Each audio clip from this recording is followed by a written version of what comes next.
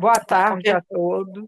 Eu gostaria, como o colega que me precedeu, de agradecer enormemente o convite. Acho a criação dessa rede de apoio à educação superior um passo gigantesco e ultra necessário, que fica mais ainda confirmado, um pouco por isso que eu vou discutir agora, né? Eu fiz no título uma brincadeira com uma série que está em voga aí, só que na série são três, o problema dos três corpos, né?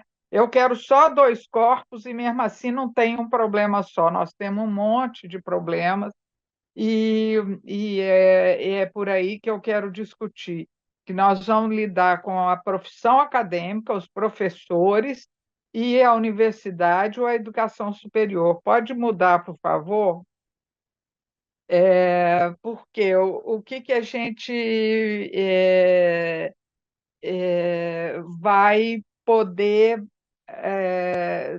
digamos assim, quais são os dados que estão em jogo ou quais são as questões que vão estar se apresentando aí. Nem todo professor é acadêmico e nem todo acadêmico é professor. Professor é uma coisa, acadêmico é outra, assim como universidade é uma coisa e educação superior é outra. E aí, nesses jogos de palavras, na verdade, nós estamos trabalhando com um conjunto conceitual muito amplo, e eu também, aproveitando a fala do Martim anteriormente, já conto meu pecado direto. Eu sou socióloga e a visão que eu consigo passar para vocês dessa história toda é a visão da sociologia. Então, peço desculpas se não foi exatamente o que vocês gostariam. Eu vou começar e podemos passar para frente pensando numa trajetória do professor, né, do docente, na educação superior. Historicamente, isso é muito importante da gente lembrar, e acho que tudo que estamos vendo com a Argentina mostra um pouco isso. As universidades vão aparecer historicamente como centros de desenvolvimento da escolástica e da ciência, e tendo como apoiadores a fé e a igreja que apoiava e sustentava parcialmente essas universidades. Isso é um estudo muito interessante, do Joseph Ben David, que foi editado mesmo no Brasil já nos anos 60, e é uma maravilha de livrinho que vai mostrar que, ao contrário de alguns prepotentes cientificistas, nós já tivemos muito a ver com religião e certamente não deixava de ser político. Por quê? A concepção que se tinha de ciência no início da experiência universitária da humanidade, né?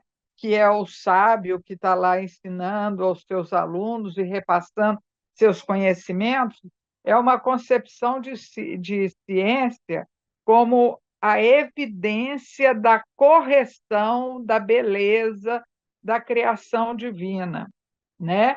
A Bíblia e depois de Galileu a natureza aparecem como expressão dessa criação, tá certo? Mas de qualquer forma, a igreja sustentava a universidade para demonstrar o poder e a competência, a sabedoria da criação divina, né? Então, é muito interessante notar que nós temos um pezinho, sim, lá na igreja. Isso é um ponto fundamental. Mesmo na Igreja Católica, que isso nós estamos falando ainda lá nos tempos, isso foi antes de Galileu e coisa parecida.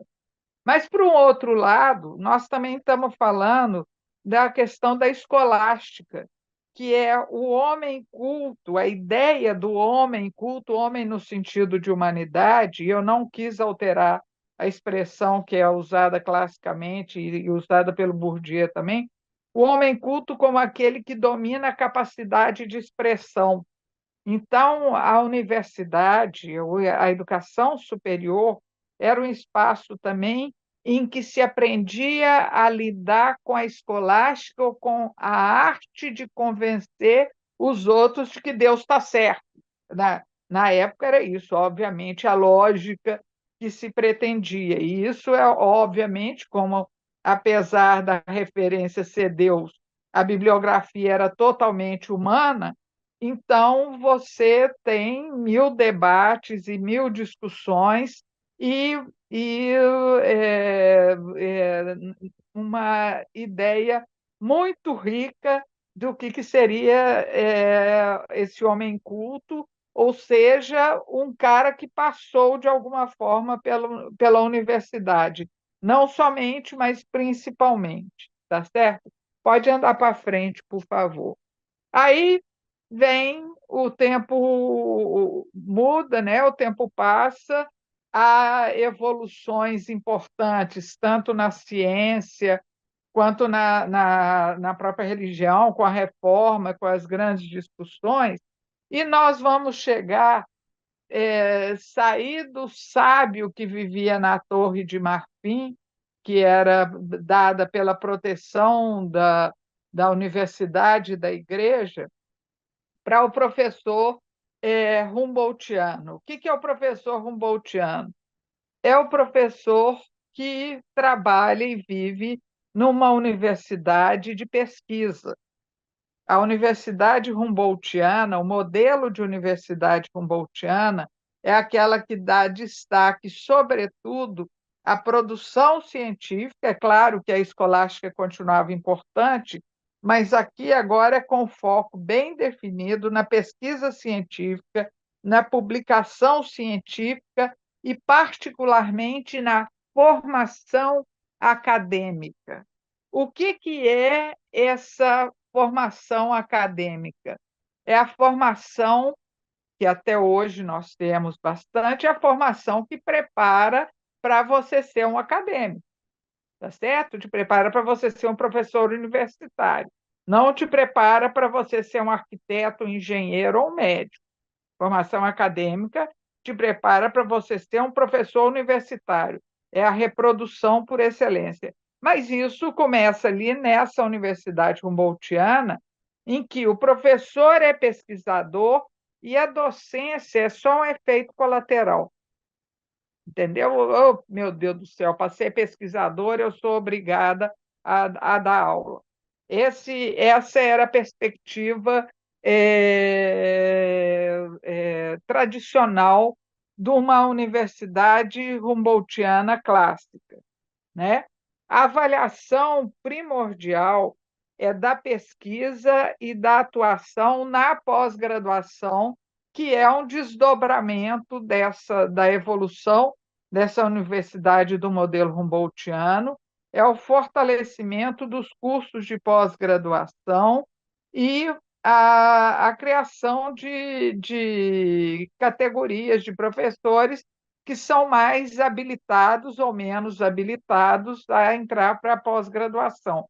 Só que essa habilitação vinha somente pelo fato do professor ser titulado no curso de pós-graduação e ter demonstrado, praticamente, que ele era capaz de fazer sua própria pesquisa. Então, isso é um ponto interessante. Os pesquisadores e professores, e aí vem que são pesquisadores e professores, esse daí vem o maior poder que eles têm e vai ser o eixo de diferenciação que eu vou usar para chamar a atenção para o que eu estou querendo. Esses pesquisadores e professores têm forte impacto na configuração da lógica institucional das universidades.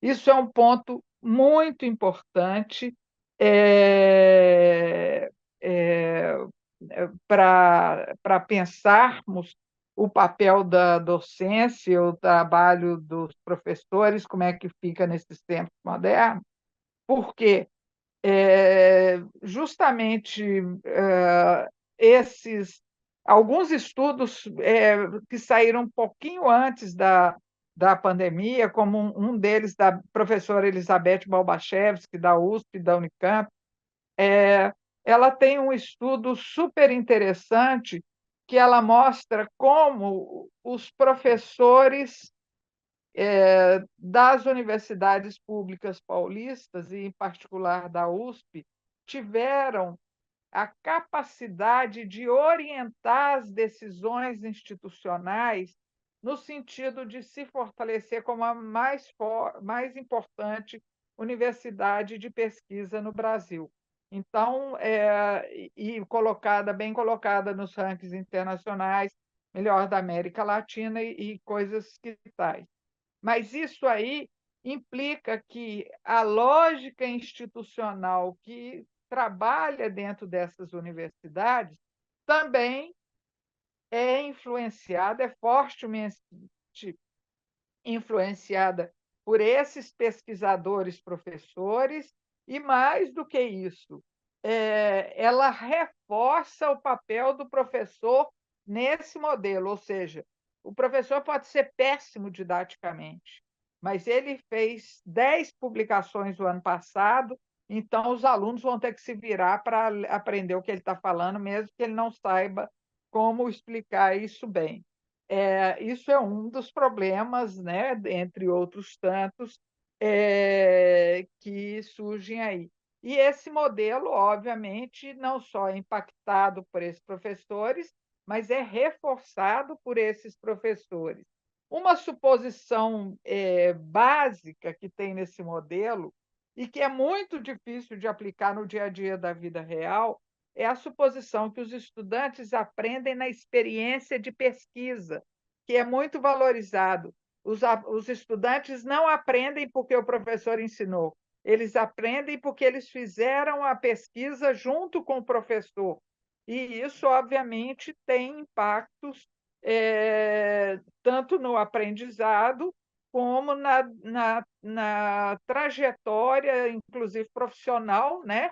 Há pesquisas interessantes que mostram como, em particular, alunos mais pobres que entram nas universidades, é, é, eles, o único ideal que eles têm de carreira está ligado à profissão acadêmica, né? Porque é a única coisa que eles aprendem a fazer numa universidade que é fortemente acadêmica. Por outro lado, os alunos mais ricos conhecem o mundo lá de fora um pouco mais e conseguem imaginar alternativas profissionais distintas. Mas isso é outro ponto para discutir uma outra hora.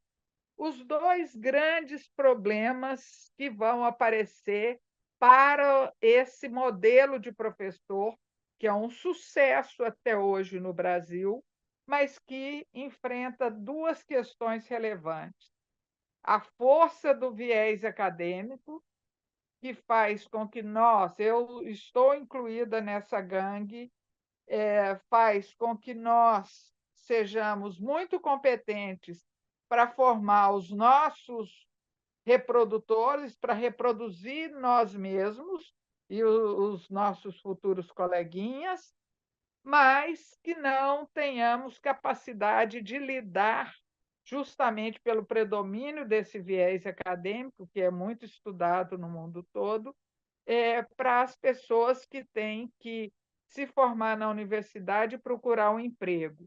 O que passou a acontecer de uma forma muito mais ampla com a expansão da educação superior, e pode mudar de página, por favor. A expansão do sistema de ensino superior traz uma transformação que, de catedrático, que era o pesquisador-professor, você passa a um professor estrito sensu. O cara tem que ser professor. Por quê? A Universidade Humboldtiana é universidade de elite, porque com a expansão do ensino superior, a sua massificação, o que acontece? Vão se formar dois polos, né? Em que você tem uma formação de elite com viés acadêmico nessas instituições, especialmente as públicas federais e as estaduais de alto nível, e também algumas religiosas, de orientação religiosa, confessionais, que são uma parte ínfima das universidades privadas. Essa diversificação institucional faz com que você tenha, de um lado, a Universidade Humboldtiana de elite e, de outro, aproximadamente 2.500, nós temos 2.600 instituições de ensino superior no Brasil. Um grupo de 150, 160 delas estão nesse modelo Humboldtiano e bem academicista. As outras tantas estão fora desse modelo, talvez uma ideia de modelo napoleônico que está mais voltado para a preparação para o mercado de trabalho, mas eu não vou discutir isso, não. Eu quero chamar a atenção para três pontinhos.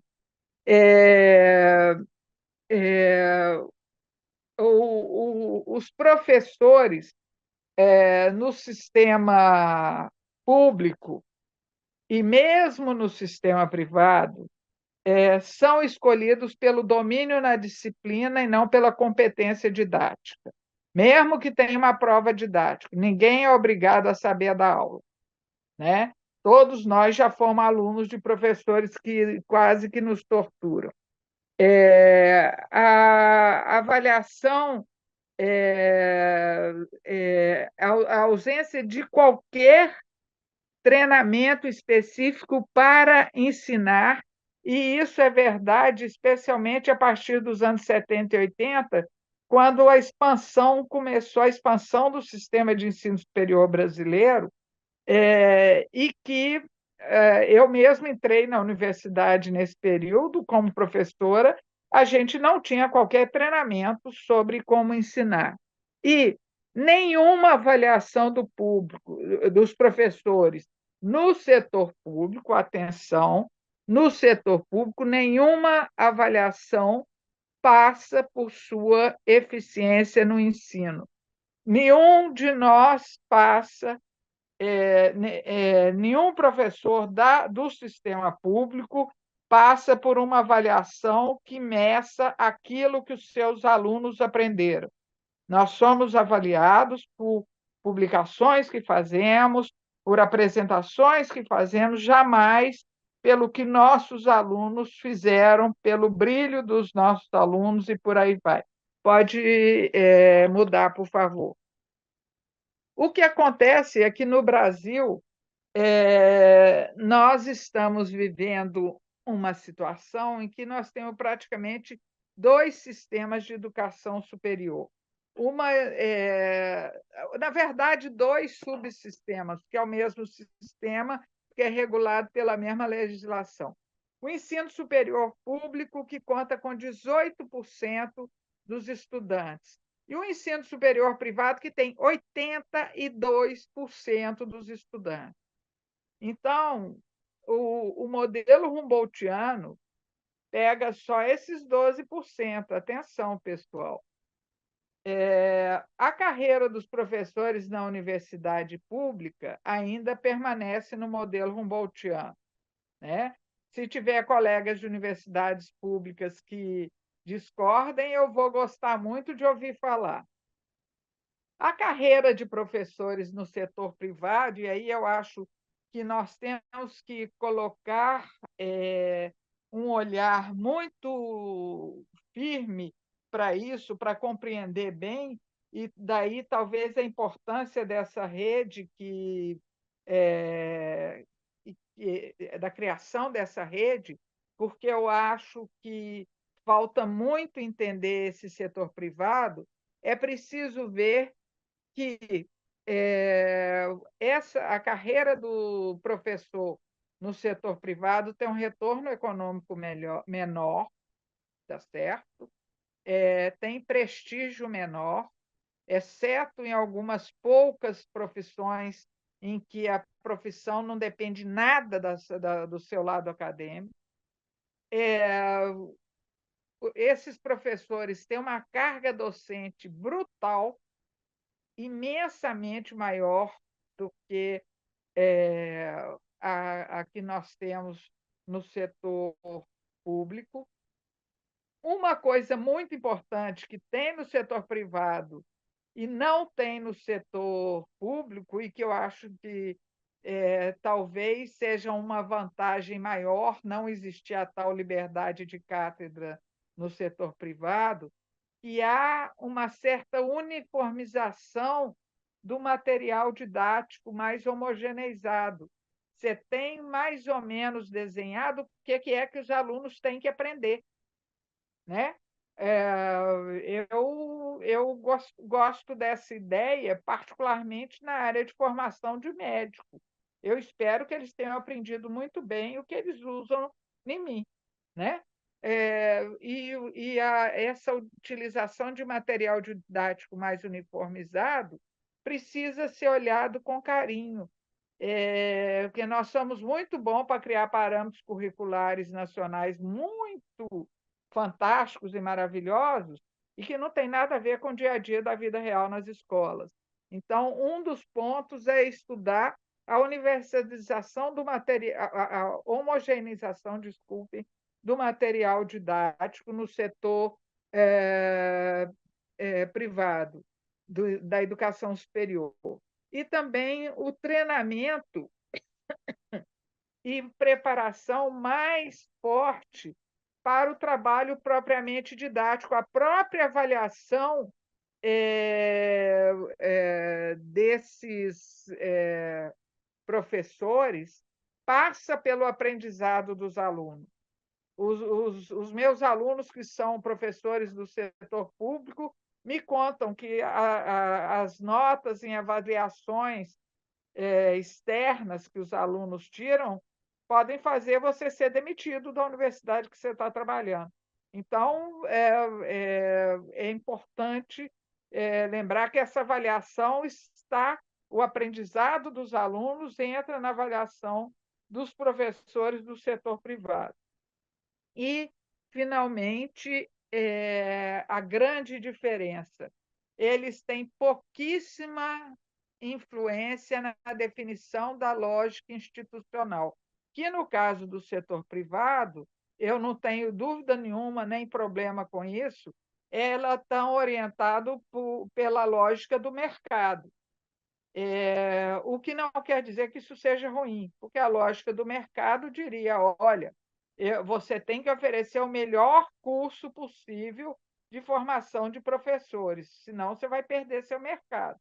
Então, eu não tenho problema da lógica institucional ser diferente. O problema é que os professores não têm praticamente qualquer poder sobre a tomada de decisões no setor privado.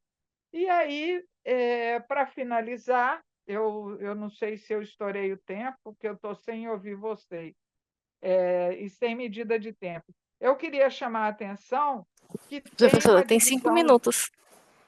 Fica Então, tranquilo, você tem 5 minutos. eu não estourei, não. Estou ótimo. Isso é uma raridade. Mas que tem uma divisão ideológica muito forte, porque quem estuda e quem avalia os professores e seu trabalho são sempre nós, do setor público.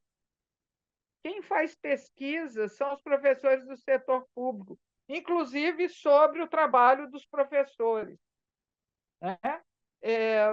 Existe muito pouca pesquisa no setor privado de educação superior no Brasil. E isso dá um peso muito grande, um reforço muito grande para os professores do setor público, que estão sempre eles muito mais preocupados com eles mesmos, né? E consideram, com alguma razão às vezes, que a Universidade Humboldtiana é o modelo ideal do que seria a universidade. Só que até os Estados Unidos já sabe que você não precisa ter 2.500 universidades de Harvard. Basta ter as 10 ou 12 da Ivy League e o resto, universidade de massa, o resto está bom. Não precisa de ser Humboldtiana. Por que para formar um professor eu preciso de todo um aparato institucional gigantesco, sendo que eu não dou uma aula sobre como alfabetizar uma criança pobre que não tem nem uma pessoa escolarizada na família? Duvido que se ache um curso nas instituições públicas de didática desse nível. A única vez que eu já vi no setor privado, é verdade que era a PUC do Rio, mas não existe esse tipo de curso. Você tem um aparato institucional imenso que não existe qualquer avaliação isenta de qual é a eficácia desses professores. Nós, professores do setor público, trabalhamos bem, tem que ter do setor privado também. Mas é importante notar que, para as carreiras, para eu subir na carreira, nenhum aluno meu precisa ter aprendido qualquer linha de Marx, Weber, Durkheim, qualquer bobagem dessas que eu já ensinei, não precisava ter aprendido nada. Eu subiria na carreira do mesmo jeito, ao passo que no setor privado isso funciona diferente. E mais do que isso, o que é importante, por que é importante avaliar e ajudar a trabalhar essa questão da formação de professores para o ensino superior. Primeiro, que não existe nenhuma formação adequada para isso. Mas, segundo, porque 82%, ou seja, 4/5 dos nossos alunos, são formados no ensino superior privado. Então, a nossa profissão acadêmica é dividida, e talvez você tenha uma profissão acadêmica e uma profissão docente. A profissão acadêmica está no ensino público e a profissão docente está no ensino privado. E pode mudar, por favor, era isso que eu queria dizer.